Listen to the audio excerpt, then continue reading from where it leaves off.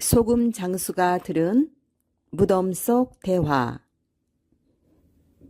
옛날 어느 마을에 가난한 소금 장수가 노모를 모시고 근근히 살아가고 있었습니다.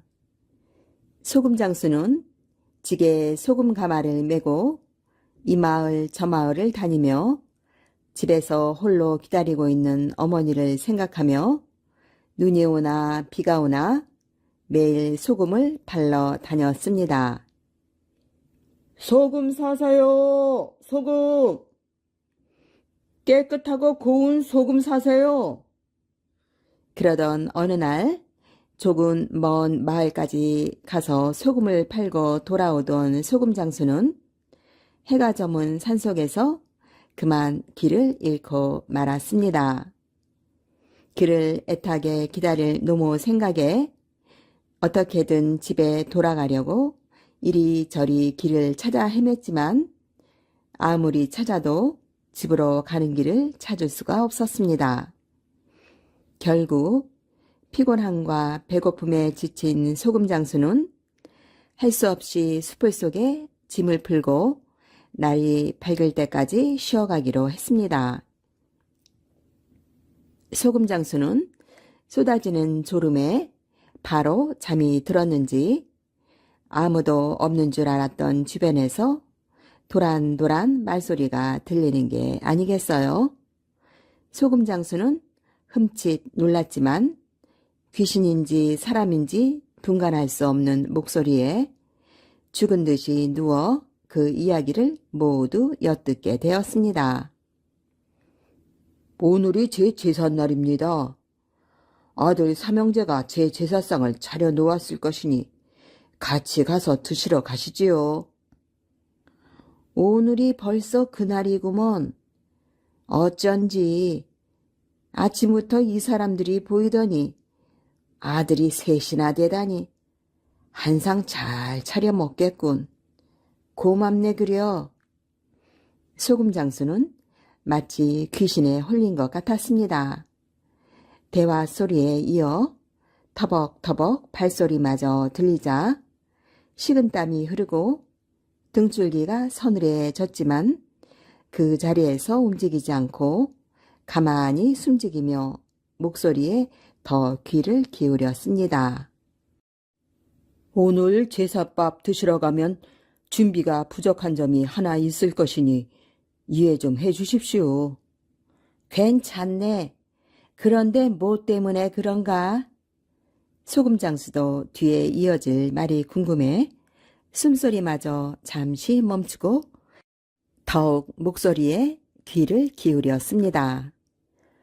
참, 제 입으로 이런 소리를 하기 나쁘끄럽지만 둘째, 셋째 아들 녀석과 며느리들이 많이 부족합니다. 자주 섞인 한숨소리와 함께 오늘이 제삿날이라는 남자의 목소리가 이어졌습니다. 그 말인즉 남자는 자신이 죽은 후 아들 형제끼리 우애 좋게 사는 것을 바랬지만 셈이 많은 둘째와 셋째 때문에 첫째가 고생을 꽤 한다는 것이었습니다. 큰아들은 동생들이 어렵다고 하소연하면 농사 지은 것들을 아낌없이 주느라 살림이 어려운데 동생들은 형의 살림을 야금야금 뺏어가 형편은 넉넉하지만 나눌 줄 모르는 구두쇠라는 겁니다. 큰아들뿐만 아니라 큰 며느리도 심성이 아주 고운데 자식이 없어서 큰아들 내외가 근심 걱정이 이만저만이 아니라고 하였습니다. 그래서 이 아버지가 손주를 점지해 주십사 삼신 할머니께 간청해서 아버지의 간절함에 삼신 할머니가 드디어 아버지 제삿날에 점지해 주기로 했다는 것입니다. 그런데 오늘 세 아들과 며느리가 모여서 제사상을 차리다가 그만 큰 소리가 났는데 큰형이 다 준비한 제사에 조금 보태면서 욕심 많은 둘째와 셋째가 심통을 부렸기 때문입니다. 그런데도 큰아들은 내가 좀 살면 너희들이 고생한 돈을 받지 않아도 될 텐데 너희들이 이렇게 부모를 위해서 장만했구나. 고맙다. 라고 말하였습니다. 그러자 동생들은 괜히 멋쩍어 더 이상 아무 말도 하지 못했습니다. 오히려 며느리들이 부엌에서 더 난리를 쳤습니다. 특히 막내 며느리는 어찌나 밉살스러운지 제사 때마다 앓는 소리를 하며 자식 키우느라 돈이 없는데 자식 없는 형님네가 다 내야 되는 거 아니냐며 큰 며느리의 아픈 곳을 찔러댔습니다. 그걸 지켜보던 시아버지는 제가 막내 며느리가 너무 얄미워서 국 끓이는 아궁이에 그냥 슬쩍 밀어 넣었지요. 제 손녀 엉덩이를 말입니다. 그가 말을 꺼내자 다른 이가 화들짝 놀라 그에게 말을 건넸습니다. 어이구, 이보게, 자네 참 해도 너무했네. 아니 조금만 혼내면 되지 왜 눈에 넣어도 안 아플 손녀 엉덩이를 아궁이에 그리 했나. 제가 너무 미워서 그리 했습니다. 제 형이 얼마나 동생들을 아꼈는데 마누라가 허튼 소리 하지 않도록 사내놈이 잘 단속해야지. 안 그래도 애가 생기지 않아 속상한 며느리에게 손 아래 사람이 그런 식으로 행동하다니 너무 괘씸해서 혼내주고 싶었습니다. 소금 장수가 숨지겨 듣는 것을 아는지 모르는지 아들이 꼴보기 싫어 손녀의 엉덩이를 아궁이에 넣었다고 이실직고 하는 그의 말에 다른 이들의 목소리가 웅성웅성 더욱 커졌습니다. 그나저나 오늘 한 가지 부탁이 있습니다. 자식들이 내일 산소에 인사하러 올 텐데 산소 앞에서 큰 며느리가 잔을 올릴 때 술잔에다가 삼신 할머니가 주신 이 귀한 구슬을 넣어줄 수 있겠습니까? 우리 큰 며느리가 워낙 부모에게 지극하기 때문에 술잔에 먼지라도 들었나 싶어 자세히 살펴볼 것이 분명한데 그때 술잔 속 구슬이 며느리 입에 쏙 들어가게끔 부탁합니다. 이보게, 그건 내가 도와주겠지만 손녀 엉덩이는 아무리 생각해도 자네가 너무했네. 그 어린애가 뭔 잘못이 있다고. 그건 어찌하겠나. 제가 오죽했으면 그랬겠습니까. 제 자식 아파봐야 남의 고통도 알지 않겠나 하는 마음에 그래 했습니다. 그나저나 둘째도 돈 때문에 형을 들들 볶고 형수에게 아이 못나 대강 끊기게 생겼다고 막 삿대질을 하길래 혼 좀 내주었습니다. 그건 또 어떻게? 놀란 다른 이의 질문에 남자는 둘째 아들 팔을 부러뜨렸다고 말했습니다. 아니, 이 사람 그래봤자 자네 손만 아프지 않겠나? 이렇게 해서라도 아들들을 알아듣게 야단치려 하는 제 마음도 이해해 주시지요. 자식들이 가진 건 없더라도 그저 행실이 바른 사람으로 자라기를 바랐는데 나도 이렇게 될 줄은 몰랐습니다. 하여튼 이제 제사밥 드시러 가시지요. 수풀에서 들리던 목소리가 잦아들고 발소리도 점차 사라졌습니다. 소금 장수는 몸을 일으켜 주변을 자세히 둘러보았습니다. 그랬더니 역시나 수풀 뒤쪽에 묘지들이 여러 개 있는 게 아니겠어요. 소금 장수는 정신을 차리려 애썼습니다. 호랑이에게 물려가도 정신만 차리면 산다던데 귀신에 홀려도 정신만 차리면 돼. 어서 어머니께 돌아가자. 마음을 굳게 먹고 자리에서 일어나려 할 때 갑자기 또다시 말소리가 들려오기 시작했습니다. 아니, 내 그렇게 지독한 사람들은 처음 보았네. 큰 며느리는 참 착하고 음식 솜씨도 훌륭하던데. 그러게. 둘째 아들 내외도 그렇고 막내 아들, 특히 그 막내 며느리는 아주 독하기가 그지없더군. 자네가 왜 그랬는지 이해가 가네. 그럼 다들 내일 보세. 한 남자의 호탕한 목소리를 끝으로 귀신들이 제자리를 찾아갔는지 주위가 조용해졌습니다. 소금장수는 서둘러 그 자리를 떠났습니다. 그리고 집으로 향하는 대신에 방향을 바꿔 지나온 마을이 있는 쪽으로 향했습니다. 큰 아들의 집이 가까이 있을 것이란 생각에 그 집을 찾아 골짜기를 따라 내려갔습니다. 마을에 다다르자 예상대로 그 깊은 밤 불빛이 보이는 한 허름한 기와집 대문 사이로 제사상을 정리하는 삼형제와 며느리들의 모습이 보였습니다. 실례합니다. 주인 계십니까? 소금장수가 문을 두드리자 삼형제 중 제일 나이가 들어 보이는 한 남자가 나와서 문을 열어 주었습니다. 소금장수는 산속에서 길을 잃고 헤매다 불이 켜져 있어서 들어왔다고 했습니다. 남자는 이 늦은 밤까지 고생했겠다며 마침 조금 전 제사가 끝났으니 제사밥이라도 먹고 쉬어가라며 집 안으로 안내했습니다. 이 모습을 보고 있던 다른 형제들은 볼멘 소리로 대낮도 아니고 한밤중에 찾아와 성가시게 한다면서 투덜거렸습니다. 특히 막내 며느리는 자신의 팔자가 사나워 없는 집안의 시집와 아이가 아픈데도 제대로 돌보지 못하고 시아버지 제삿날에 고생한다면서 가뜩이나 없는 집안에서 객 손님까지 먹여 살리게 생겼네 하며 도끼 눈을 하고는 큰 소리로 신세 한탄을 했습니다.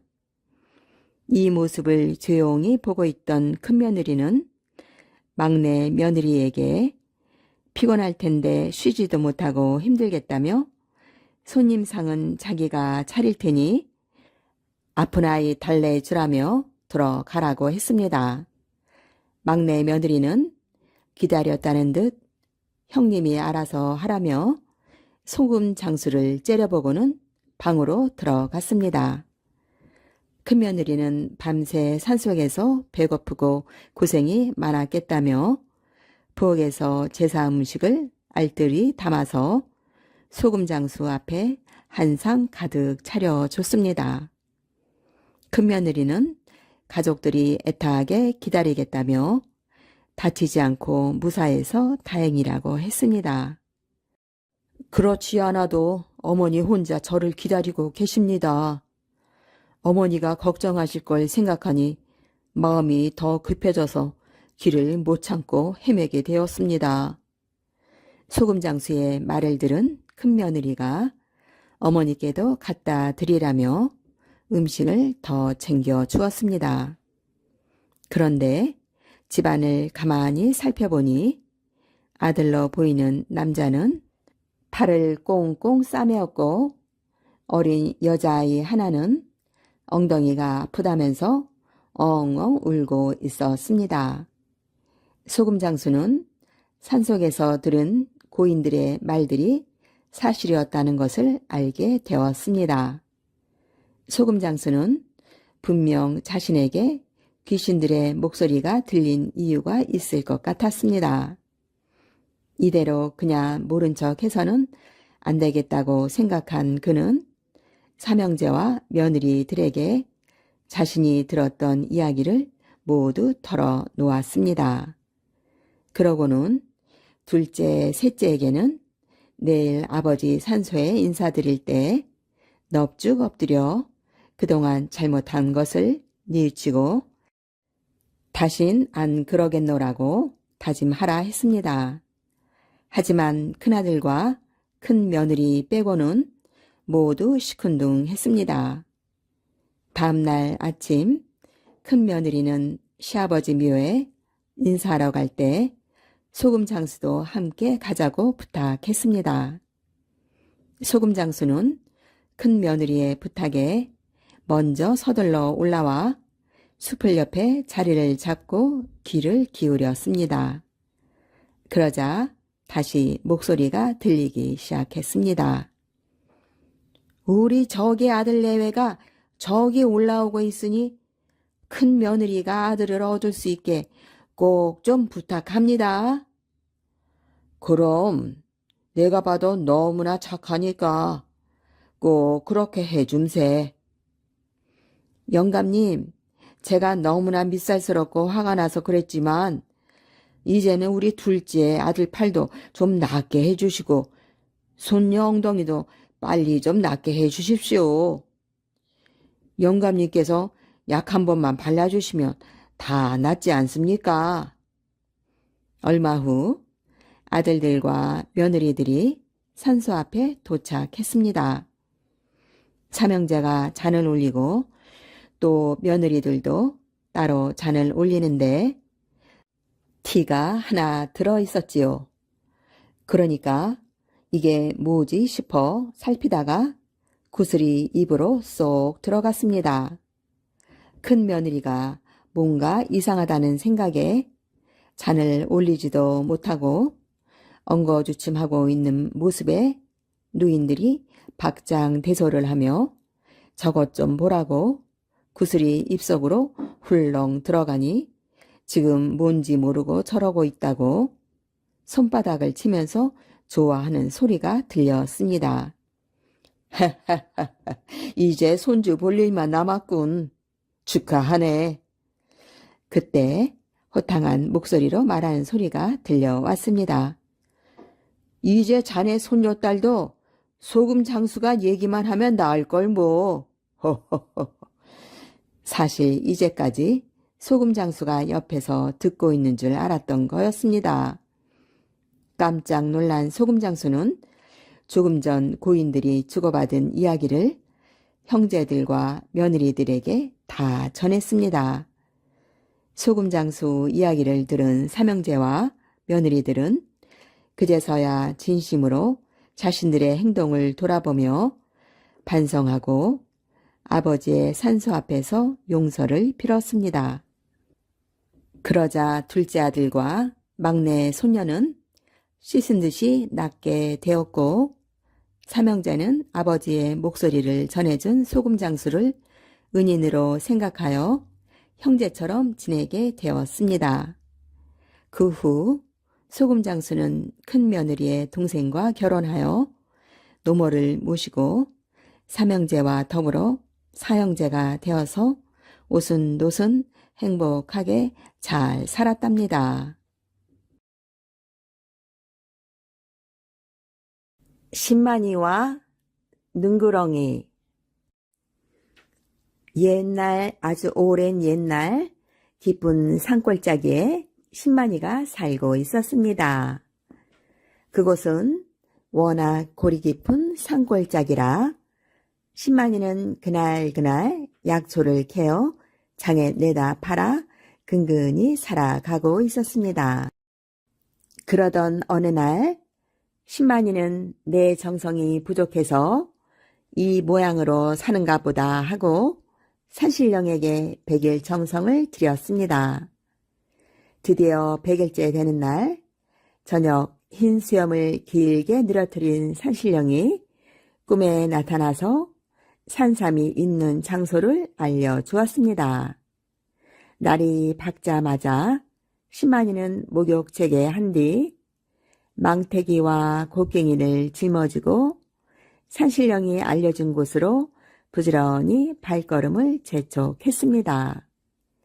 정신없이 그곳으로 가고 있는데 문득 뒤를 돌아보니 같은 마을에 사는 두 사람이 슬그머니 신만이를 뒤를 따라오고 있었습니다.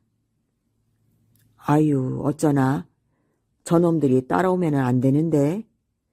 신만이는 마음속에 깃든 불길한 생각을 떨쳐버릴 수가 없었지만 한편으로 생각해보니 혼자서는 산삼을 캐는 일이 좀 힘들 것 같기도 했습니다. 그래서 마음을 돌려먹고 그들이 가까이 오기를 기다렸지요. 어이, 여보게, 오늘은 어느 쪽으로 가는가? 왠지 오늘은 내 예감이 좋으니 나와 함께 움직여보세. 드디어 세 사람은 산신령이 점지해진 장소에 도착했습니다. 그런데 아무리 둘러보아도 다른 두 사람의 눈에는 산삼의 그림자조차 얼씬하지 않았습니다. 신만이는 이미 이럴 줄 알고 있었다는 듯이 칡을 끊어 밧줄을 척척 만들고는 말했습니다. 자, 내가 저 밑에 내려가서 산삼을 캐올릴 테니 잘 받도록 하게나. 이렇게 해서 두 사람은 절벽 위에 있고 신만이는 가파른 절벽 아래로 내려가 한 너댓 번 산삼을 캐어 위로 올려 보냈습니다. 마지막으로 신만이가 절벽 위로 올라가야 하는데 아무리 기다려도 밧줄이 내려오지 않았습니다. 고래고래 소리를 쳐보아도 강감무소식이었지요. 까마득한 절벽 아래에 동그만이 홀로 남겨진 신만이는 그저 넋을 놓고 멍하니 있을 수밖에 없었습니다. 아, 이제 꼼짝없이 죽었구나. 먹을 것도 없고 달리 도움이 될 만한 것도 없으니 하고 생각하며 그곳을 빠져나올 방도를 찾을 수가 없었던 거지요. 그렇게 시간만 속절없이 지나갔습니다. 그런데 그때가 아마 뱀이 동면하러 땅속으로 들어가는 시기였던가 봅니다. 신만이가 아무것도 할 수 없는 자신을 원망하며 괴로워하고 있는데 저녁 무렵이 되자 웬 커다란 구렁이가 절벽 위에서부터 슬슬 기어 내려오는 게 아니겠어요? 사람도 한 입에 삼킬 만큼 커다란 구렁이를 본 순간 신만이는 머릿속이 까맣게 타들어가는 기분이었습니다. 아이쿠, 난 이제 죽었구나. 내 인생이 여기서 종을 치네.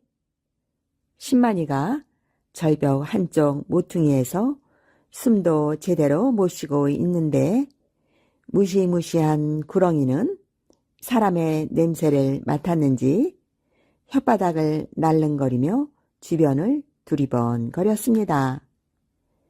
신만이는 똥줄이 타고 입에서는 단내가 뭉클했습니다. 드디어 저놈이 날 발견했나 보다.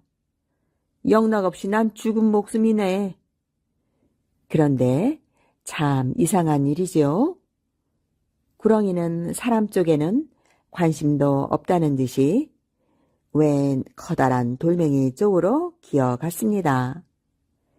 그러고는 그 돌멩이의 주둥이를 썩썩 문지르다가 곁에 있는 뱀굴 속으로 쏙 들어가 버렸습니다. 아, 살았다. 천지신명께 감사합니다. 잠시 후 정신을 차린 신만이는 천지신명께 감사를 드리고 생각했습니다. 아니, 이게 무슨 조화지? 나도 구렁이처럼 돌멩이에 입을 문질러 보자. 신만이는 구렁이가 그랬듯이 자신도 돌멩이에 입을 비볐습니다. 그랬더니 참으로 신기하게도 배고픈 것이 말끔히 가시고 춥지도 않았습니다. 그 신비로운 돌멩이 덕분에 신만이는 그곳에서 한겨울을 무사히 지낼 수 있었습니다.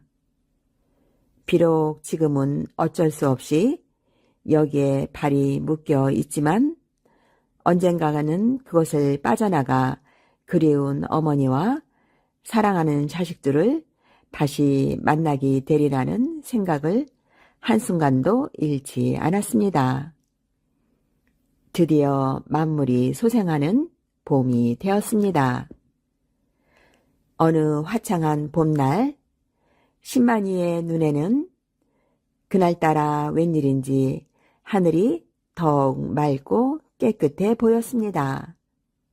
그때 한겨울 내내 보이지 않았던 구렁이가 동면을 마쳤는지 뱀굴에서 모습을 드러냈습니다. 구렁이는 여전히 사람을 본체 만체 거들떠 보지도 않고 절벽 위로 기어 올라갔습니다. 에라, 이래 죽으나 저래 죽으나 죽기는 마찬가지다. 신만이는 이때다 싶어 구렁이 등에 냅다 올라탔습니다. 신만이는 혹시나 떨어지지 않을까 두려워하며 구렁이의 몸뚱이를 꽉 붙잡았습니다. 다행히 별일 없이 무사히 신만이는 위로 올라갈 수 있었습니다. 내 이놈들을 가만두지 않겠다. 그렇게 복수를 다짐하며 신만이는 동네 쪽을 향해 부지런히 발걸음을 옮겼습니다. 신만이는 동네 어귀에 있는 주막집에 들렀습니다. 여보시오, 여기 술 한잔 주시오. 당신 돈이 있어? 주모가 은근히 무시하는 눈길로 신만이를 쳐다보았습니다. 그도 그럴 것이 한겨울 내내 수염도 깎지 못하고 옷도 빨아 입을 수 없었으니 꼴이 정말 말이 아니었지요. 돈은 술을 먹고 내는 거지 누가 돈부터 내고 술을 먹는가? 하고 다니는 행색을 보니까 돈이 없을 것 같아서 그러지요. 잔소리 말고 냉큼 막걸리나 한 잔 주소. 주모는 마지못해 막걸리를 한 잔 따라주었습니다.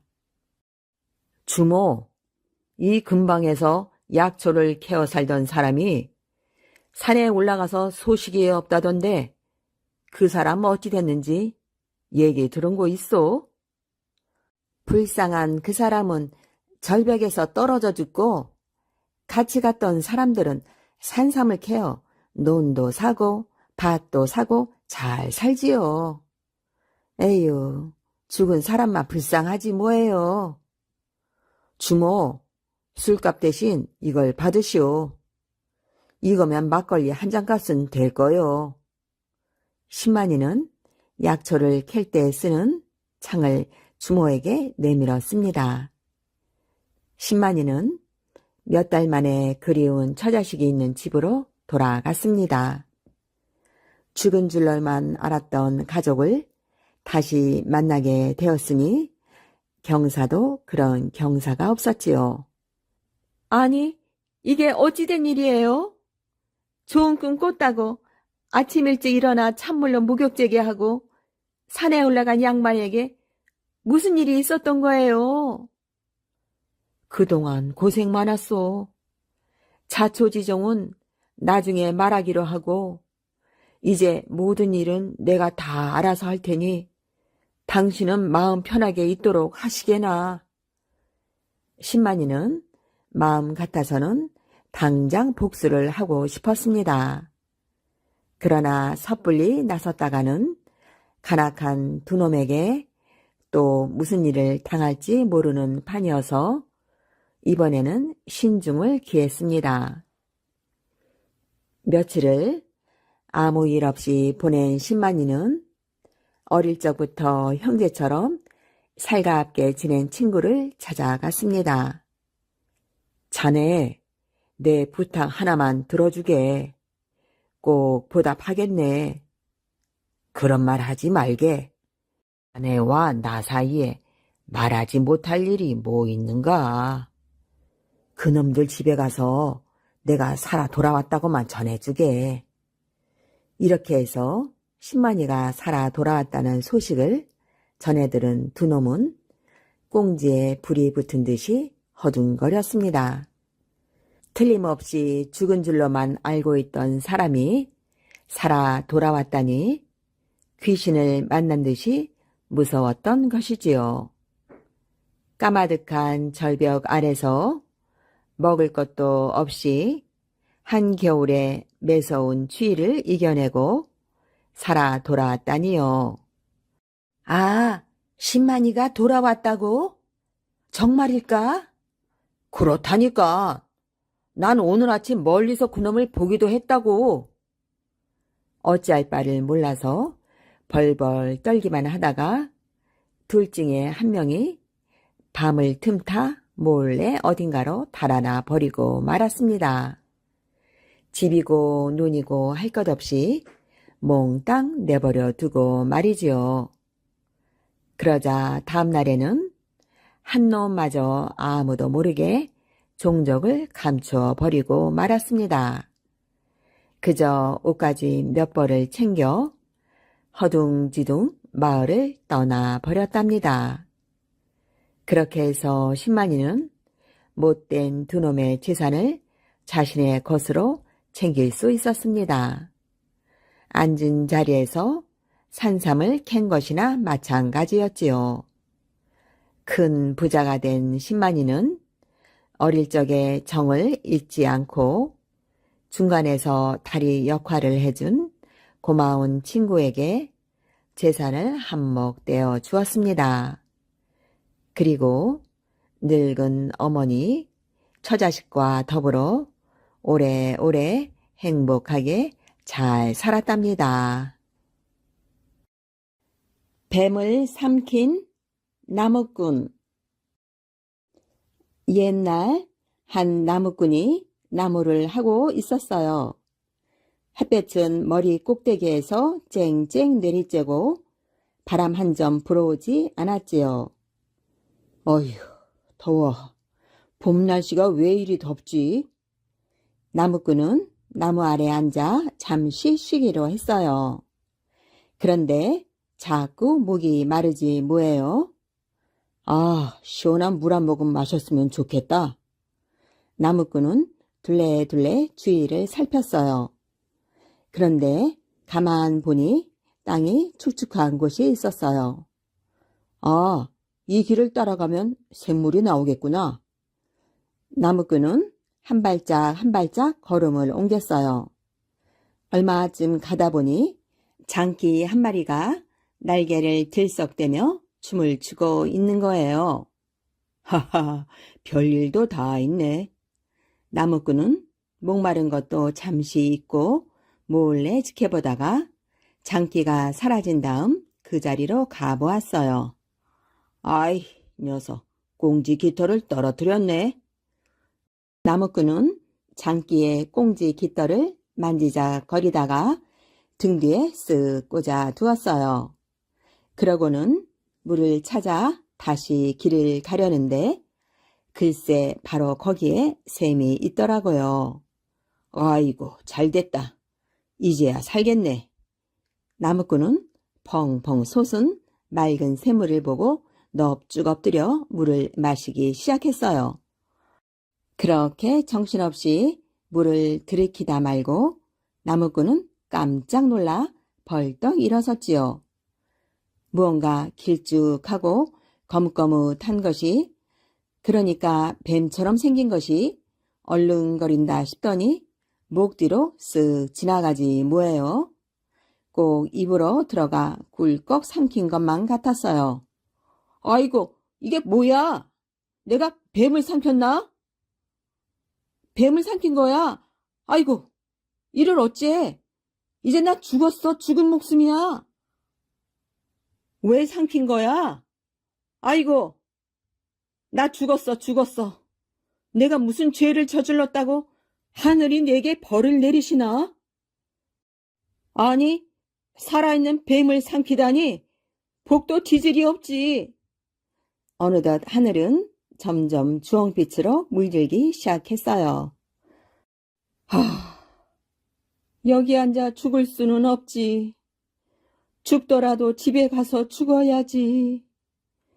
나무꾼은 비척비척 하면서 집까지 걸어왔어요.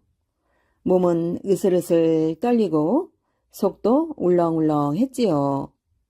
하지만 나무꾼은 아무 말도 하지 않고 곧장 방에 들어가 자리를 펴고 누웠어요. 그런데 참 이상하지요. 딱히 아픈 곳은 없는데 속이 계속 메스꺼려서 당최 뭘 먹을 수도 없고 열도 좀 나는 것 같고 몸도 부들부들 떨리는 것 같고 거기다 눈까지 희미하니 아니 대체 자네 어디가 아픈 거야? 걱정이 된 동네 사람들도 하나 둘 나무꾼을 찾아왔어요. 사실은 내가 숲에서 물을 마시다가 그만 뱀을 삼켰지 뭔가. 나무꾼은 그제야 사실을 털어놓았어요. 나무꾼이 뱀을 삼켰다는 소문은 동네 방네 퍼지게 되었어요. 자네 나무꾼 이야기 들었나? 들었지. 뱀을 삼켰다면서? 독이 몸에 퍼지면 그냥 저 세상으로 가는 거 아닌가? 그러게나 말이야. 그런데 좀 이상하기는 해. 벌써 며칠째 시름시름 앓고만 있으니. 글쎄 말이야. 독이 퍼졌으면 벌써 퍼졌을 텐데 말이야. 마침 한 노인이 그곳을 지나가다 마을 사람들의 이야기를 우연히 듣게 되었어요. 무슨 사정이 있나 본데 제가 한번 찾아가 봐도 되겠습니까? 그럼요. 지금 그 집 사람들은 물에 빠져 지푸라기라도 잡고 싶은 심정일 겁니다. 노인은 그 길로 나무꾼을 만나러 갔어요. 제가 뭘 도울 일이 없을까 해서 왔습니다. 그날 있었던 일을 하나도 빠짐없이 들려줄 수 있겠습니까? 네, 그러지요. 그러니까 제가 나무를 하다가 그럼 그때 그 장기의 꽁지 깃털은 어찌했습니까? 장기의 꽁지 깃털이라고요? 아, 그거요? 등 뒤에 꽂아 놓았는데 뱀을 먹고 나서 그 뒤로 어찌 됐는지 저도 잘 모르겠습니다. 그 말을 들은 노인은 뭔가 짐작되는 게 있는지 고개를 끄덕이며 천천히 말했어요. 알겠습니다. 제게 좋은 생각이 있습니다. 네? 노인은 대답 대신 빙긋이 웃기만 했어요. 물을 마셨다는 그 셈으로 함께 갑시다. 자, 어서 앞장서십시오. 여기입니다. 여기서 제가 그만. 나무꾼은 그 말을 하다가 울먹거렸어요. 그런데 이게 뭐예요? 샘 근처에는 장기에 꽁지 깃털이 떨어져 있었어요. 노인은 나무꾼 몰래 깃털을 슬쩍 손에 쥐었지요. 뱀을 토해내려면 다시 물을 마셔야 해요. 배에 물이 꽉 차야 뱀이 헤엄쳐 밖으로 나옵니다. 어서 물을 마셔요. 어서! 노인의 말에 나무꾼은 그날처럼 벌컥벌컥 물을 들이켰어요. 눈앞이 가물가물해지도록 말이에요. 물을 더 마셔요. 더 많이. 자, 이제 뱀이 나옵니다. 어서 힘껏 해보십시오. 그 틈에 노인은 장기에 꽁지 깃털을 스며시 뛰었어요. 뱀처럼 길쭉한 깃털은 물에 떠서 둥실둥실 흘러갔지요. 나왔어요. 나왔어. 저기 뱀이 가고 있어요. 장기의 깃털은 물에 둥둥 떠서 점점 눈앞에서 사라지고 있었지요. 나무꾼은 죽었다 살아난 사람처럼 두 손을 번쩍 치켜들었어요. 만세! 만세! 난 이제 살았다! 나무꾼은 하늘을 향해 크게 외치고 노인에게 넙죽 엎드려 큰절을 올렸어요. 고맙습니다. 정말 고맙습니다. 그런데 말이에요. 나무꾼은 끝내 알지 못했네요. 정말로 뱀을 삼켰다가 토한 게 아니라 마음의 병을 툭툭 털어냈다는 것을요.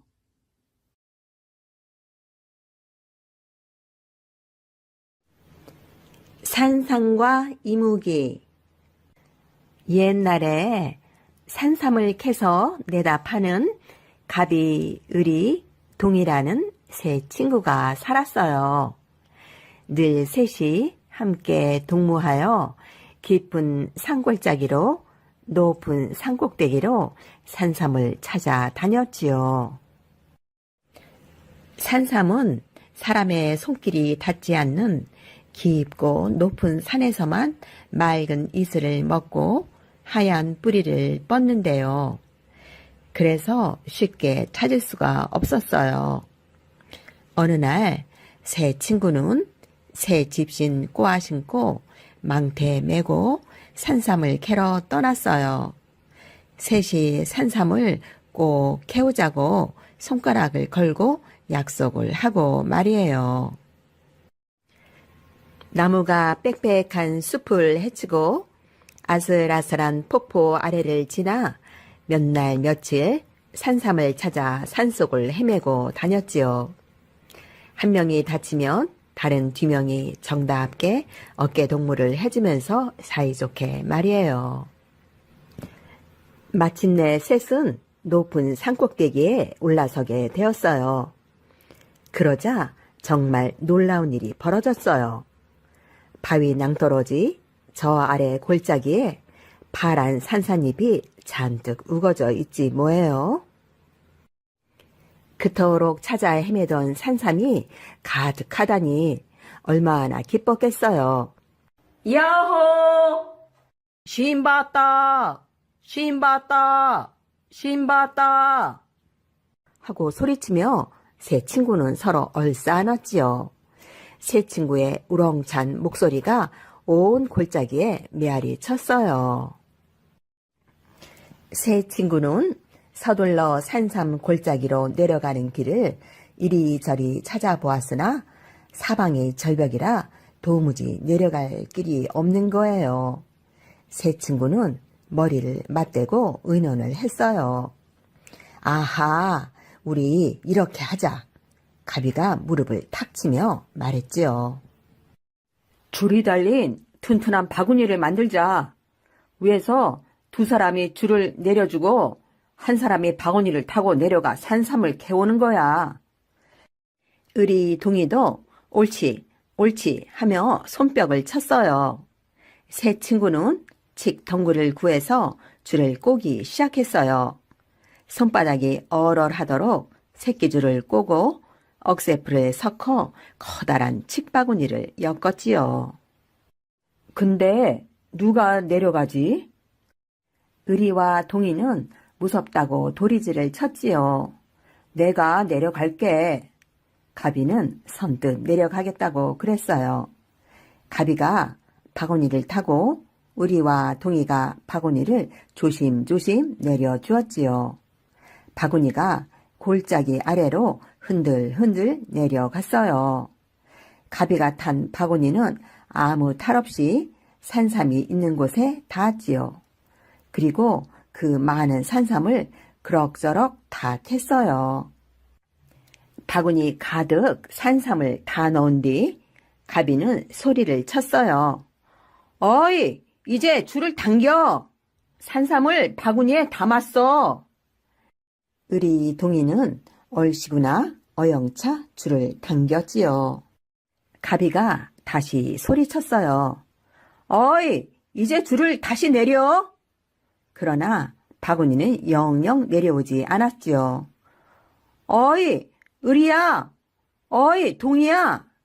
욕심이 난 을이 동이가 산삼을 몽땅 망태에 챙기고 나서 가비야 죽건 말건 낭떠러지 아래에 두고 냅다 도망을 쳐버렸어요. 낭떠러지 아래에서 가비는 남은 산삼 한 뿌리를 어적어적 씹어먹고 힘을 내 하루 이틀 사흘을 꼬박 지새웠어요. 그런데 갑자기 울렁울렁 땅이 막 흔들리는 거예요. 그러더니 어디선가 비늘을 번쩍이며 이무기 한 마리가 쓱 기어오는 게 아니겠어요? 이무기는 용이 데려다 못 대고 산에 숨어 사는 커다란 구렁이래요. 가비는 벌벌 떨렸지만 이왕 죽을 몸 차라리 저 이무기에게 한 입에 먹혀버린 게 낫겠다 하고는 두 눈을 똑바로 뜨고 이무기를 쳐다보았어요. 아, 그런데 이 이무기가 잡아먹기는커녕 등에 타라는 듯 꼬리를 휘휘 내젓는 게 아니겠어요? 가비는 에라 모르겠다 하고선 허리끈을 풀어 이무기의 꼬리에 자기 몸을 칭칭 감아 묶었지요. 그러자 이무기는 기다렸다는 듯이 꿈틀꿈틀 낭떠러지를 기어오르지 뭐예요. 다 올라온 뒤에 가비가 허리끈을 풀자 이무기는 스르르 가버렸어요. 가비는 몇 번이고 이무기에게 사라진 방향으로 고개 숙여 절을 했지요. 가비는 산을 내려갔지요. 한참을 가다 보니 앞서 도망쳤던 친구들이 큰 나무 밑에 꼼짝 않고 앉아있는 게 보였어요. 아니, 을이야, 동이야. 그런데 가비가 가까이 가보니 두 친구는 이미 죽어서 돌처럼 차갑게 굳어 있었어요. 욕심 많은 을이와 동이는 이무기의 뜨거운 입김에 쏘여 그만 죽고 말았던 거지요. 가비는 두 친구를 양지 바른 곳에 묻어주고 산삼을 갖고 돌아왔어요. 그리고 을이 집과 동이 집에도 산삼을 똑같이 나누어 주었지요. 그 후에 어떻게 되었냐고요? 착한 가비는 산삼을 팔아 늙도록 잘 살았대요. 해와 달이 된 오누이. 구독과 좋아요 부탁드립니다. 옛날에 깊은 산골짜기에 집이 한 채 있었어요. 가난한 어머니가 오누이를 데리고 살았지요. 어머니가 남의 집에 가서 방아도 찢고 배도 짜서 겨우겨우 먹고 살았어요. 어머니가 일을 나가면 아이들만 집에 남아 있었지요. 어느 날 어머니는 부잣집에 일을 하러 갔어요. 온종일 일을 하다 보니 어느새 깜깜한 밤이 되었지요. 그제야 어머니는 서둘러 집으로 향했어요. 부잣집에서 얻은 개떡을 한 광주리 이고 말이에요. 어머니가 종종 걸음으로 고개를 넘어가는데 갑자기 집채만한 호랑이가 길을 턱 막는 거예요. 머리에 이고 가는 게 뭐냐? 개떡이다. 개떡 주면 안 잡아먹지. 옛다 개떡 하고 어머니는 냉큼 던져주었지요. 그랬더니 호랑이는 날름날름 잘도 먹는 거예요. 그 사이에 어머니는 도망을 쳤지요. 어머니가 부랴부랴 고개를 넘어가는데 아까 그 호랑이가 어느새 와서 길을 턱 막는 거예요. 위에 둘둘 두른 게 뭐야? 저고리지? 저고리 주면 안 잡아먹지. 옛다 저고리 하고 어머니는 저고리를 홀렁 벗어주었어요. 그랬더니 호랑이가 또 이러는 거예요. 아래에 둘둘 두른 게 뭐야? 뭐긴 뭐야, 치마지. 치마 주면 안 잡아먹지. 어머니는 옛다 치마 하고 치마를 훌러덩 벗어주었지요. 그랬더니 호랑이는 주섬주섬 옷을 챙겨 입고 어머니마저 한 입에 꿀꺽 삼켜버렸어요. 호랑이는 산길을 냅다 질러갔어요. 어머니를 기다리고 있는 아이들한테로 말이에요. 호랑이는 문 밖에서 이렇게 말했어요. 얘들아, 어머니 왔다. 문 열어라. 우리 어머니 목소리가 아닌걸? 오다가 찬바람을 맞아서 목이 쉬어 그래. 문구멍으로 손을 내밀어봐. 자, 손이 왜 이렇게 깔깔하지?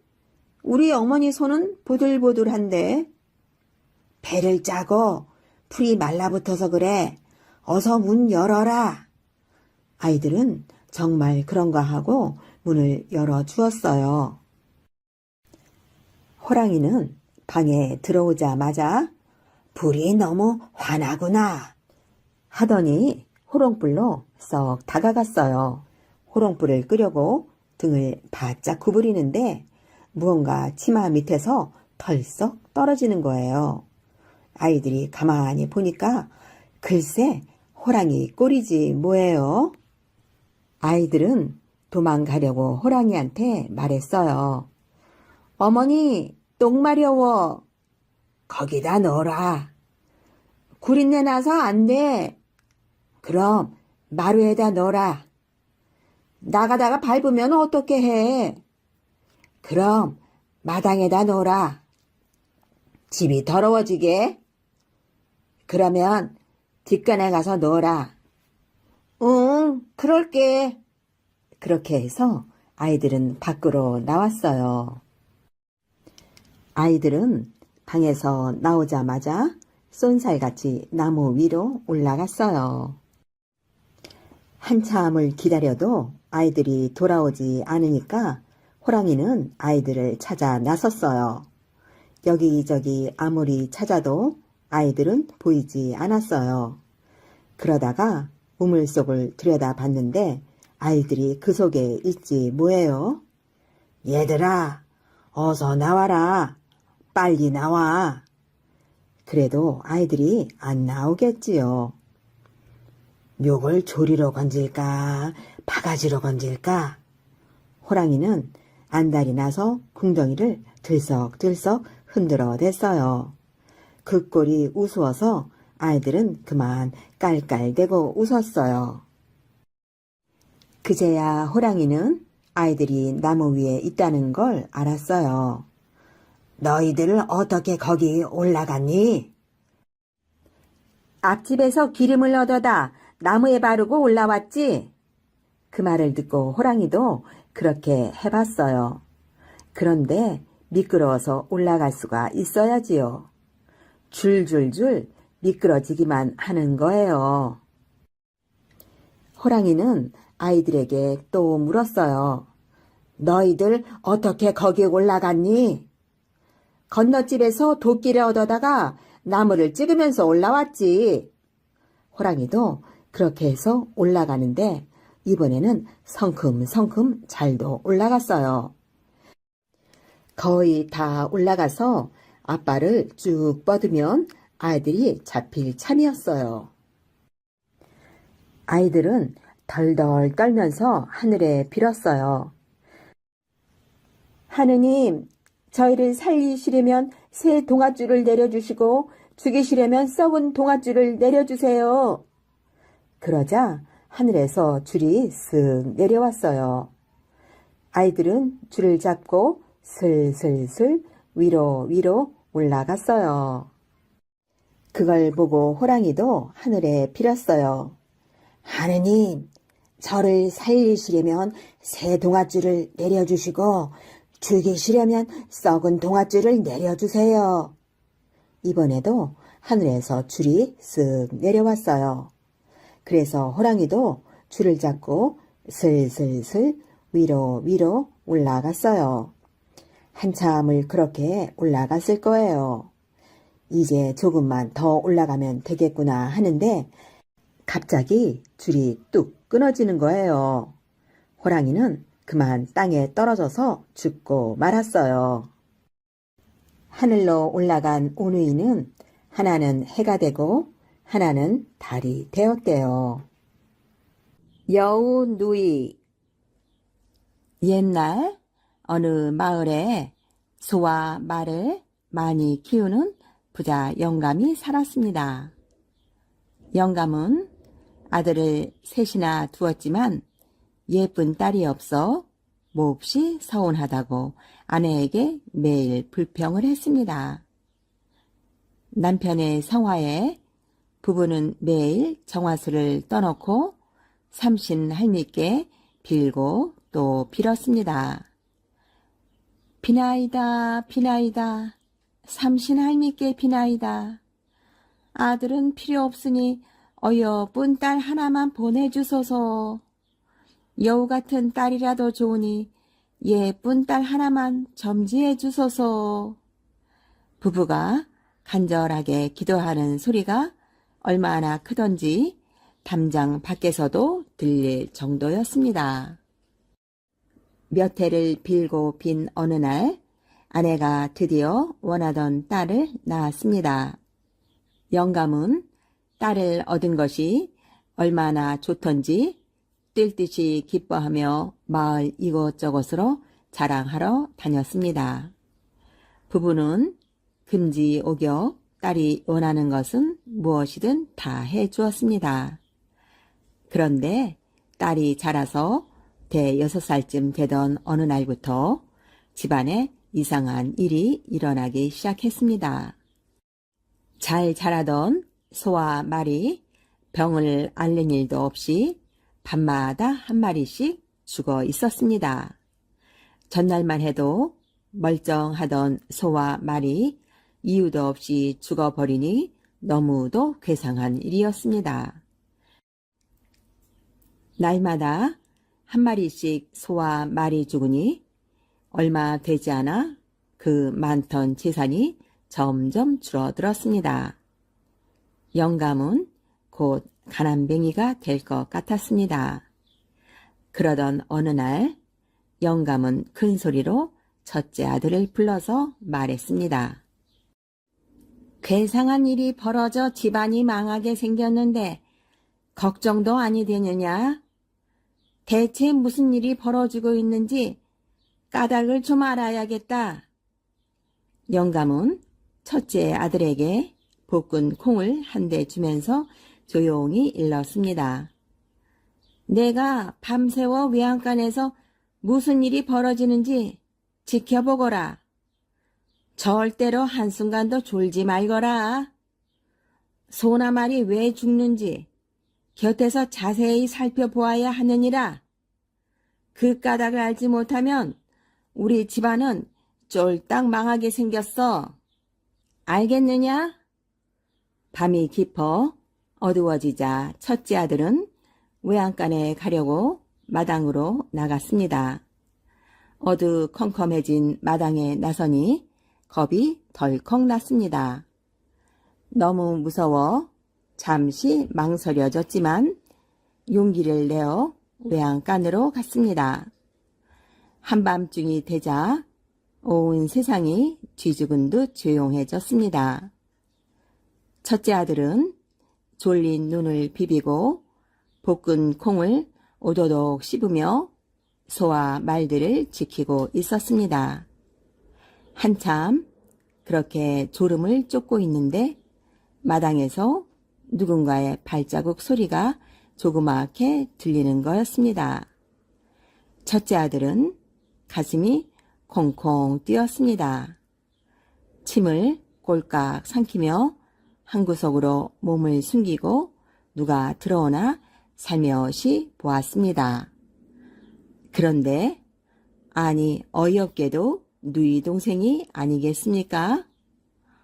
아니, 저 아이가 이 한밤중에 자지 않고 왜 이곳에 왔을까? 첫째 아들은 고개를 갸웃거렸습니다. 이상한 생각이 들어 자세히 살펴보니 누이 동생이 소 엉덩이 쪽으로 갔습니다. 누이 동생은 작은 소리로 킬킬거리며 웃더니 소 엉덩이 밑으로 손을 쑥 집어넣었습니다. 그러고는 간을 쑥 빼내들고 입에 넣고 우적우적 씹어 먹는 거였습니다. 아니, 이럴 수가? 아니, 내가 헛것을 본 거야? 하지만 누이 동생의 입가에는 빨갛게 피가 묻어 있었습니다. 누이 동생은 주위를 휙 둘러보더니 조용히 외양간을 나갔습니다. 한참 넋이 나간 듯 멍하니 서 있던 첫째 아들은 그제야 큰일이 벌어진 것을 깨달았습니다. 순식간에 간을 빼앗긴 소에게 달려갔습니다. 소는 그 자리에 죽어 쓰러져 있었습니다. 날이 새자 첫째 아들은 아버지에게 간밤에 본대로 말했습니다. 첫째 아들의 말을 들은 영감은 버럭 소리를 지르며 화를 냈습니다. 아니, 이놈이, 아니, 무슨 헛소리를 지절대는 거냐? 짐승을 지키라고 했더니 꾀가 나서 꾸벅꾸벅 졸다가 꿈이라도 꾼 게로구나. 어디 어린 누이에게 흉측한 죄를 뒤집어 씌워? 이런 고얀 놈. 당장 집에서 나가거라. 너같이 못된 놈의 꼴은 단 하루도 보기 싫다. 다음날 영감은 둘째 아들을 불러 다시 외양간을 지켜보라고 했습니다. 둘째 아들에게는 말린 옥수수 알을 한 혹 주었습니다. 밤중에 졸리거든 이 옥수수를 자근자근 씹어라. 그러면 잠이 확 달아날 게야. 내 형에게 고소한 볶음콩을 주었더니 먹고 배가 불렀던지 꾸벅꾸벅 졸다가 요사스런 꿈만 꾸었구나. 내 형처럼 졸지 말고 짐승들을 잘 지켜라. 알겠느냐? 둘째 아들이 졸린 눈을 비비며 맛없는 옥수수를 오도독 씹으며 졸음을 쫓고 있을 때 새벽이 가까워졌습니다.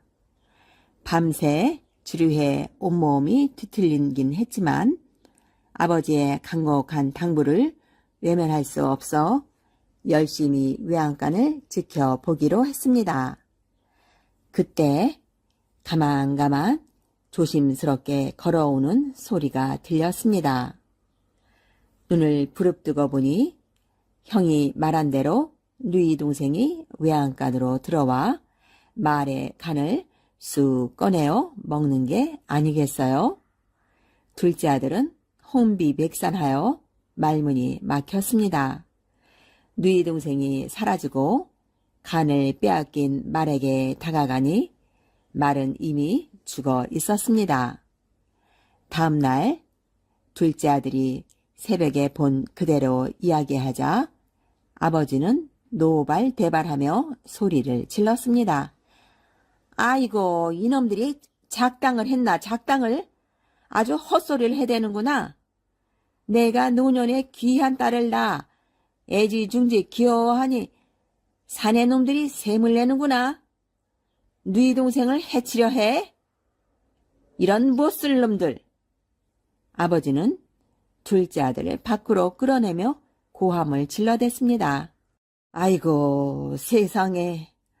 짐승이 죽어 집안이 망해가는 줄 알았더니 자식들이 이간질을 해 집안이 망하게 생겼구나. 아이고, 꽃같이 예쁜 딸을 낳아 기쁨을 얻었더니 멍청한 아들들이 날 화나게 하네. 둘째 아들도 형처럼 억울한 누명을 쓰고 내쫓기게 되었습니다.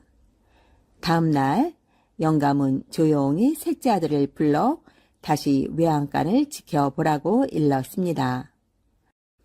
이번에는 볶은 콩도 말린 옥수수도 주지 않았습니다. 셋째 아들에게 두 눈을 부릅뜨고 오로지 외양간을 지켜봐야 한다고 당부했습니다. 밤이 깊어 마당이 깜깜해졌습니다. 셋째 아들은 아버지가 당부한 일을 하기 위해 외양간으로 갔습니다. 셋째 아들은 두 눈을 부릅뜨고 외양간을 지키고 있었습니다. 그런데 아무리 기다려도 외양간 안으로는 아무도 들어오지 않았습니다. 이상한 생각이 들어 밖을 내다보니 얼굴이 여우로 변한 누이 동생이 마당으로 스르르 나왔습니다.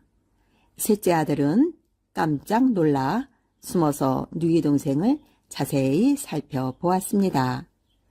누이 동생의 치마 밑으로 살랑살랑 하얀 꼬리가 보였습니다. 그런데 오늘은 소와 말이 있는 외양간으로는 가지 않고 옆에 있는 돼지 우리 안으로 들어갔습니다. 모습이 점점 더 여우로 변한 누이 동생은 돼지의 간을 쓱 꺼내어 씹더니 주둥이에 묻은 피를 쓱 닦아냈습니다. 그러고는 깔깔대며 웃은 뒤 휙 공중으로 한 바퀴 돌아 사람으로 변해 집으로 들어갔습니다. 물론 간을 빼앗긴 돼지는 그 자리에 죽어 넘어져 있었습니다. 그 모습을 똑똑히 지켜본 셋째 아들은 아침이 되기를 기다렸다가 아버지에게 말했습니다. 아이고, 내가 자식을 잘못 키웠구나. 내 형들은 못 믿었으나 그래도 너는 믿었는데 너마저 어린 누이를 모함하는구나. 내 애미가 내 누이를 낳을 때 마당에 내가 있었는데 무슨 헛소리로 아비를 홀리느냐? 너도 당장 집을 나가거라. 너같이 배은망덕한 놈을 자식이라고 한 집에 둘 수는 없다.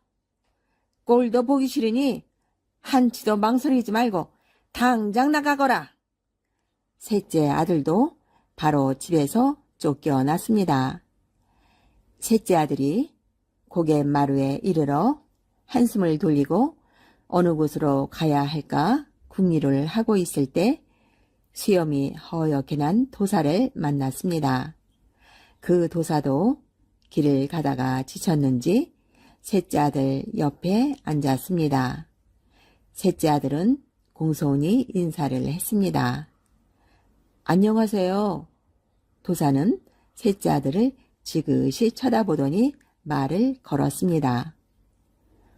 너는 어디로 가는 게냐? 셋째 아들은 그동안에 있었던 사정 이야기를 자세히 했습니다. 그렇게 아버님께 쫓겨나 이제 갈 곳이 없답니다. 도사님께서 저를 거두어 주신다면 무슨 일이든 하겠습니다. 도사는 측은한 얼굴로 셋째 아들을 쳐다보더니 말했습니다. 내 사정이 딱하게 되었구나. 그럼 나와 함께 가서 세상 돌아가는 이치나 배우도록 하려무나? 셋째 아들은 그렇게 도사를 따라 나섰습니다. 그러고는 몇 년 동안 도사의 시중을 들며 착실히 공부를 해 나갔습니다. 몇 년이 흐르고 어느새 셋째 아들은 부모님과 집안 걱정이 되어 견딜 수가 없었습니다. 커다란 나무 아래 힘없이 기대어 앉아 생각에 빠져 있었습니다. 그때 도사가 조용히 다가와 물었습니다. 집안 식구들에 대한 걱정이 되느냐? 그만큼 배웠으면 떠날 때도 되었지. 집으로 돌아갈 준비나 되었다면 내가 주는 이것을 받아 잘 간직하고 가거라. 아마 집에 돌아가면 이 구슬이 꼭 필요한 일이 생길 것이다. 다만 위급한 일이 생겼을 때만 써야 한다는 것을 꼭 명심하여라. 도사는 셋째 아들의 두 손에 노란색, 파란색, 빨간색 주머니를 꼭 쥐어주었습니다. 주머니를 열어보니 영롱하게 빛나는 노란 구슬, 파란 구슬, 빨간 구슬이 들어 있었습니다. 도사는 빙그레 웃으며 자세히 일렀습니다.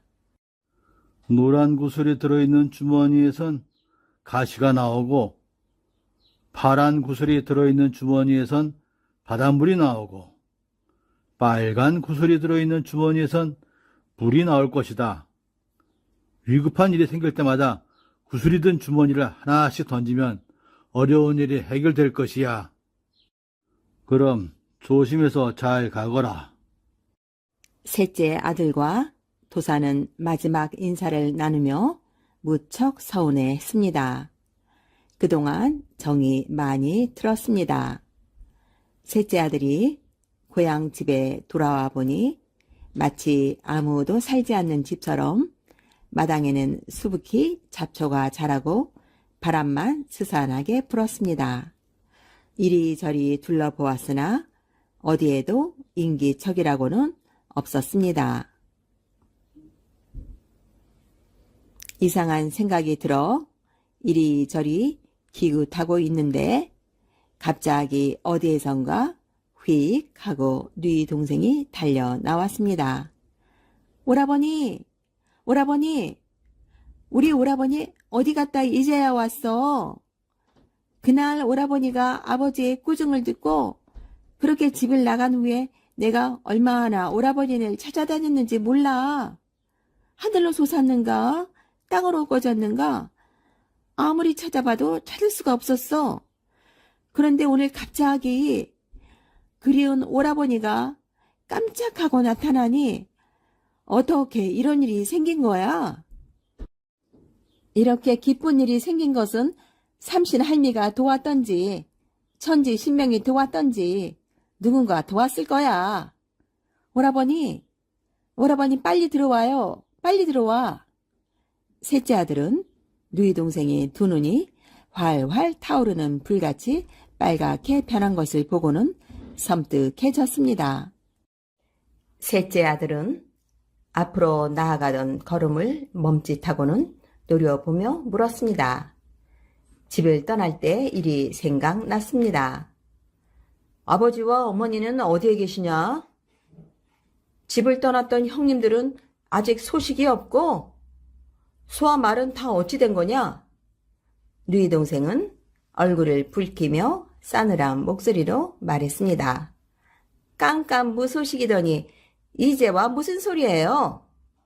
오라버니가 그렇게 떠난 후 아버지와 어머니는 시름시름 앓더니만 그 해가 가기 전에 세상을 뜨셨어요. 누이 동생은 눈물을 뚝뚝 떨어뜨리며 다시 말했습니다. 오라버니들이 죽던 해에 소와 말도 몹쓸 병이 들어서 모조리 죽고 말았어요. 하지만 말이 끝나자마자 누이 동생은 표정을 바꿔 방실방실 웃으며 말했습니다. 히히, 오라버니 배고프지?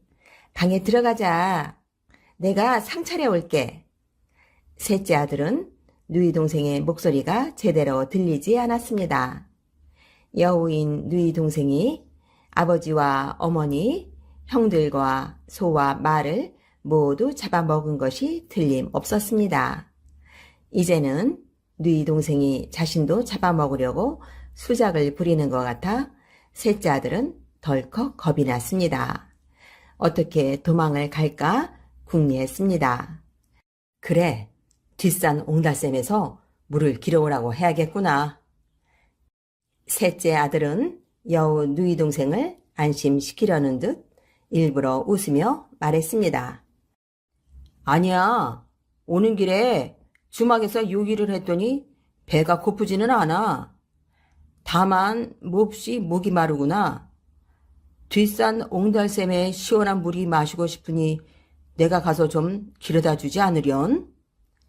누이 동생은 셋째 아들의 부탁에 한박 웃음을 지으며 팔랑팔랑 부엌으로 달려가 물동이를 들고 나왔습니다. 그러고는 셋째 아들의 등을 떠밀며 말했습니다. 오라버니, 뒷동산 옹달샘에 달콤하고 시원한 물을 길어 올게. 오라버니는 방에 들어가 편히 쉬고 있어. 잠시만 기다려. 셋째 아들은 누이 동생의 뒷모습이 눈앞에서 사라지자마자 걸음아 나살려라 하고 도망을 쳤습니다. 물을 길어 집으로 돌아온 누이 동생은 오라버니가 도망간 것을 알고 물동이를 내팽겨진 채 불이 나게 쫓아 나왔습니다. 여우로 변하여 뒤따라 갔습니다. 여우는 순식간에 셋째 아들이 있는 곳으로 달려오며 소리쳤습니다. 오라버니, 오라버니 어디 가는 거야? 가여운 동생을 흉가에 버려두고 어디로 가는 거야? 히히히. 오라버니, 거기 가만히 있어. 낄낄낄낄. 오라버니 나하고 같이 가. 언제부터인지는 몰라도 누이 동생은 사람이 아니라 둔갑한 여우였던 것입니다. 여우는 순식간에 셋째 아들의 뒷덜미를 잡을 만큼 가까이 왔습니다. 셋째 아들은 소름이 쫙 돋았으나 여우가 덮치려는 순간 있는 힘을 다하여 노란 주머니를 휙 던졌습니다. 그러자 노란 주머니의 끈이 툭 풀리며 노란 구슬이 튀어나왔습니다. 그 구슬에서 뾰족뾰족한 가시가 끊임없이 돋아나와 가시 덤불이 되었습니다. 그러더니 마치 그물망처럼 여우를 둘러쌌습니다.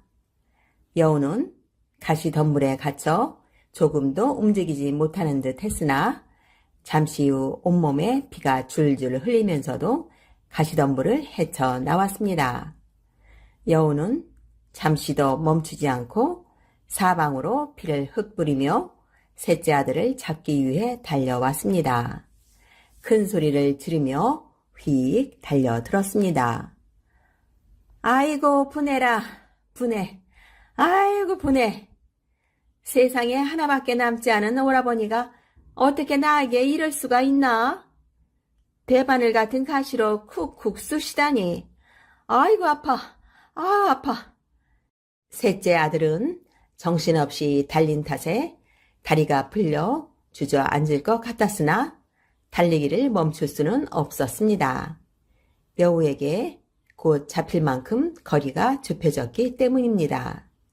다시 여우에게 뒷덜미를 잡힐 만큼 가까워졌을 때 셋째 아들은 파란 주머니를 던졌습니다.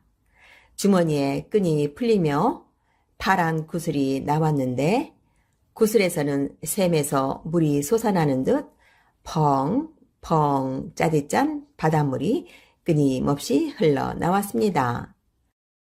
바닷물은 여우 주위에 검푸른 파도와 소용돌이를 만들며 여우를 빨아들였습니다. 여우는 허우적거리며 빨려 들어가는 듯 했으나 다시 위로 공중제비를 하며 툭 튀어나와 물을 뚝뚝 흘리며 달려왔습니다. 여우는 달리면서도 자꾸 떠들어댔습니다. 이제는 정말 너무 많이 달려 지치고 주저앉을 지경이 되었을 때 셋째 아들은 남을 힘을 짜내어 빨간 주머니를 던졌습니다. 빨간 주머니는 공중에서 끈이 휙 풀리더니 주머니 안에서 빨간 구슬이 툭 튀어나왔습니다. 동시에 빨간 불줄기가 쑥쑥 소리를 내며 실처럼 나오기 시작하더니 활활 불기둥이 되어 여우를 에워쌌습니다. 마치 한 몸을 이루는 듯 탁탁 소리를 내며 타올랐습니다. 한참을 타오르던 불길이 잠잠해졌습니다. 아무 소리도 나지 않게 되자 여우가 타오르던 자리에는 한 줌의 재조차 보이지 않았습니다. 그동안 그 자리에 앉아있던 셋째 아들은 자기가 가고 싶은 곳으로 떠났습니다. 그리고 지혜롭고 온순한 여자를 아내로 맞아 아들, 딸 많이 낳고 오순도순 행복하게 살았답니다. 선녀와 나무꾼. 옛날 금강산 골짜기에 나무꾼 총각이 살았어요. 하루는 산에서 나무를 하는데 노루 한 마리가 헐레벌떡 뛰어오는 거예요. 살려주세요! 살려주세요! 사냥꾼이 쫓아와요! 나무꾼은 노루를 나무단 속에 숨겨주었어요. 조금 있다가 사냥꾼이 달려와서 노루를 찾기에 저리로 갔어. 시침 뚝 떼고 말했어요. 사냥꾼이 가고 나자 나무단 속에서 노루를 꺼내 주었어요. 노루는 고맙다고 넙죽 절을 하더니 저를 살려주셨으니 은혜를 갚고 싶어요 하겠지요. 그러더니 나무꾼더러 장가들게 해주겠다는 거예요. 저 봉우리를 넘어가면 커다란 연못이 하나 있어요. 오늘 밤 하늘나라 선녀들이 내려와 그 연못에서 목욕을 할 거예요. 바위 뒤에서 지켜보고 있다가 날개옷 하나를 몰래 감춰두세요. 날개옷이 없어진 선녀는 하늘로 못 올라갈 테니 그 선녀를 색시로 삼으세요. 그런데 아이를 넷 낳을 때까지는 절대로 날개옷을 주면 안 돼요. 이러더니 노루는 훌쩍 뛰어가 버렸어요. 그날 밤 나무꾼은 노루가 가르쳐준 연못으로 갔어요. 가보니까 노루가 말한 그대로였어요. 하늘나라 선녀들이 연못에서 목욕을 하고 있는데 그걸 본 총각입이 떡 벌어졌지요. 총각이 정신을 차리고 보니까 날개옷을 바위 위에 벗어두었어요. 총각은 살금살금 다가가 몰래 날개옷 하나를 감췄지요. 한참 있으니까 선녀들이 목욕을 다 하고 밖으로 나왔어요. 선녀들은 날개옷을 입고 그런데 한 선녀만 날개옷이 없다고 발을 동동 거렸어요. 아무리 찾아봐도 날개옷이 없으니까 선녀는 엉엉 울기 시작했어요. 그때 나무꾼이 썩 나서서 선녀를 달랬지요. 딱한 사정이 생긴 모양이구려. 그렇다고 언제까지 울고 있을 수는 없지 않소? 나랑 같이 우리 집으로 갑시다. 선녀는 할 수 없이 나무꾼을 따라갔어요. 나무꾼하고 선녀는 오순도순 잘 살았어요. 아이도 금세 셋이나 낳았지요. 나무꾼은 매일매일 산에 가서 나무를 하고 선녀는 매일매일 저녁밥 지어놓고 나무꾼을 기다렸어요. 그러면서 선녀는 날개옷은 까맣게 입고 있었지요. 하루는 나무꾼이 일 나가다 말고 선녀를 부르더니 당신이 아무것도 모르고 나와 살아줘서 고마워요. 더는 숨기지는 못하겠소. 사실은 하면서 날개옷 감춘 사연을 말하는 거예요. 그러고는 장롱에서 날개옷을 꺼내 선녀한테 주었지요. 날개옷을 보니까 선녀는 하늘나라 생각이 간절했어요. 선녀는 날개옷을 입고 아이 둘을 겨드랑이에 끼고 하나는 등에 업었지요. 그러고는 하늘로 훨훨 날아 올라갔어요. 나무꾼이 화들짝 놀라 잡으려고 했지만 이미 늦어버렸지요.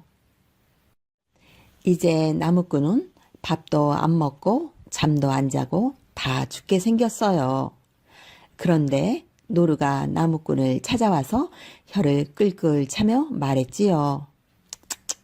아이 넷 낳기 전에는 날개옷을 내주지 말라고 했잖아요. 그러더니 나무꾼한테 박씨 하나를 주면서 이러는 거예요. 이걸 심어서 넝쿨이 뻗으면 그 넝쿨을 타고 하늘로 올라가 보세요. 나무꾼은 박씨를 마당에 꼭꼭 묻었지요. 이튿날부터 넝쿨이 자라기 시작했어요. 넝쿨은 굼실굼실 자라고 자라고 또 자라서 한다름에 하늘까지 쭉 뻗어나갔지요. 나무꾼은 그걸 타고 하늘로 올라갔어요. 선녀와 아이들이 뛰어나와 맞았지요. 다시 못 볼 줄 알았는데 다시 만났으니 얼마나 좋았겠어요. 한창 지난 얘기를 하고 있는데 옥황상제가 왔어요. 인간이 여기까지 오다니 너 참 재주 있구나. 하지만 인간이 하늘에서 살려면 그만한 재주 갖고는 안 된다. 너의 재주를 내가 시험해 봐야겠구나. 그러더니 나무꾼더러 이렇게 말하겠지요. 내가 숨어 있을 테니 나를 찾아보아라. 3번 다 나를 찾으면 너를 하늘나라에서 살게 해주겠다. 그 대신 한 번이라도 못 찾으면 너는 죽은 목숨인 줄 알거라. 나무꾼은 꼼짝없이 죽었구나 하고 생각했어요. 그러고 있는데 선녀가 다가와서 말했어요. 걱정 마세요. 제가 일러준 대로만 하면 돼요. 다음 날 나무꾼은 뚜벅뚜벅 돼지 우리러 갔어요. 그러고는 돼지 똥구멍에 대고 넙죽 절을 하지 뭐예요. 아버님, 하필이면 돼지가 돼서 꿀꿀거리고 계십니까? 나무꾼이 이러니까 돼지가 눈 깜짝할 새 옥황상제로 변하는 거예요. 너 참 재주 있구나. 옥황상제는 이렇게 말하고는 휑하니 가버렸지요. 그 다음날 나무꾼은 뚜벅뚜벅 뒷곁으로 갔어요. 그러고는 수탉 뒤통수에다 대고 넙죽 절을 했어요. 아버님, 하필이면 수탉이 돼서 꼬꼬대댁 하고 계십니까? 나무꾼이 이러니까 수탉이 눈 깜짝할 새 옥황상제로 변하는 거예요. 너 참 재주 있구나. 옥황상제는 이렇게 말하고는 쌩하니 가버렸지요. 그 다음날 나무꾼은 성큼성큼 이웃집으로 갔어요. 그러고는 바느질하는 그 집 새색시한테 손가락에 가시가 박혀서 그러니 바늘 좀 빌립시다 하고는 바늘을 빌렸어요. 그러더니 바늘을 대돌 위에 척 모셔놓고 넙죽 절을 하지 뭐예요. 에구 아버님, 하필이면 바늘이 돼서 꼼지락꼼지락 하고 계십니까? 나무꾼이 이러니까 바늘이 눈 깜짝할 새 옥황상제로 변하는 거예요. 옥황상제는 못마땅한 얼굴로 3번 다 나를 찾아냈으니 널 하늘에서 살도록 해주겠다. 약속은 약속이고 내기는 내기니까 하고 말하더니 가버렸어요. 그렇게 해서 나무꾼은 하늘에서 살게 되었어요. 나무꾼하고 선녀는 오순노순 잘 살았어요. 땅에서 살 때보다 더 아껴주고 위해 주었어요. 헤어졌다가 다시 만났으니 정이 더 들었겠지요. 오랫동안 하늘에서만 살다 보니까 나무꾼은 이웃이랑 친척들이 보고 싶어졌어요. 땅에 한번 다녀오고 싶다고 조르니까 선녀가 말 한 피를 내주면서 일렀어요. 말에서 내려도 안 되고 땅을 밟아도 안 되고 음식을 먹어도 안 돼요. 그래서 나무꾼은 땅으로 내려왔어요. 때마침 호박을 거둘 철이라서 집집마다 호박죽 냄새가 구수했어요. 이웃집에 갔더니 호박죽을 끓여놓고 먹고 가라고 성화하였어요.